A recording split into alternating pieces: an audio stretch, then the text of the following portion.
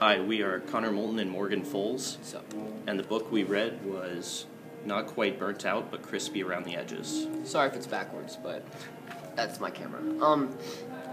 So basically, it was a book just about stories that teachers have had, or just interesting stories in general about teaching. And one of the first ones, every chapter is a different story from a different teacher's perspective. And one of the ones that stuck out to me was called The Broom Brigade. And it was a story about how all of the parents are never really as involved as the teachers need them to be in the school. They don't help the students out enough, and they have all of these complaints and problems with what's going on and what's wrong with the education system. But none of them are really willing to take the leap and help out on their own time. And they just send in emails saying, oh, I voice my opinions over the phone and I help that way. But when one teacher started this thing called the Broom Brigade, and there was this playground that had a bunch of broken glass and bottles on it, and a broken down car in the middle of this elementary school playground, and all of these parents were coming over there complaining to the teachers that this all needed to be fixed and this wasn't acceptable. The teachers didn't have the time to do it. So one of the teachers stepped forward and said, do you all have brooms? And all of the parents were like, yes, we have brooms, of course. And she said, then go out there and do it this afternoon. They're like, well, why do we have to do it? And they're like, because it's your problem. You want this done. Go out there and make it happen.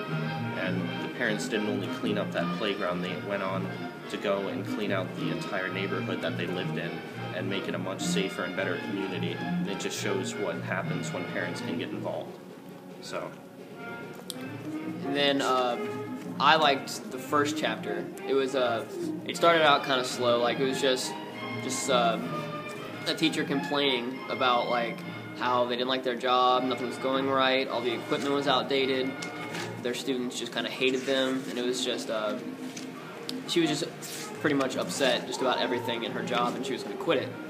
But it all changed when one of her students came back and said, like, you're my favorite teacher, like, you did all this great stuff for me, and thank you more than anything else. And that changed the teacher's entire perspective, and she loved her job then, and she still teaches to this day, I think. Another chapter that was really cool was, it was kind of similar to that. A teacher didn't think her students liked her, didn't think she was very well appreciated, but and she really didn't like it. And one day, a student came into the classroom, a bigger girl, very upset one day. She came into the classroom, sat down in the back and put in her headphones, started listening to music, and every time the teacher asked her to get involved or to take out her headphones, she told her no and to get away from her. And eventually the teacher went back there to try and have a word with her, and the student got very angry, stood up and threw the desk at the teacher and knocked her out cold. And I think she got stitches in her head and knocked her out. And all of her students ran to her to try and take care of her. And she woke up in the hospital a few days later and found out that all of her students actually did love her, and that they'd sent her a bunch of cards, and that they really cared about what happened to her, and that they were all really hoping she'd get back to class. And the teacher thought that was so amazing, but she wondered why this one student could ruin the whole class for her. And then she found out it wasn't really that student's fault, and that the student had been raped the night before by a group of 6 men on her way home from school when she was walking through the hood.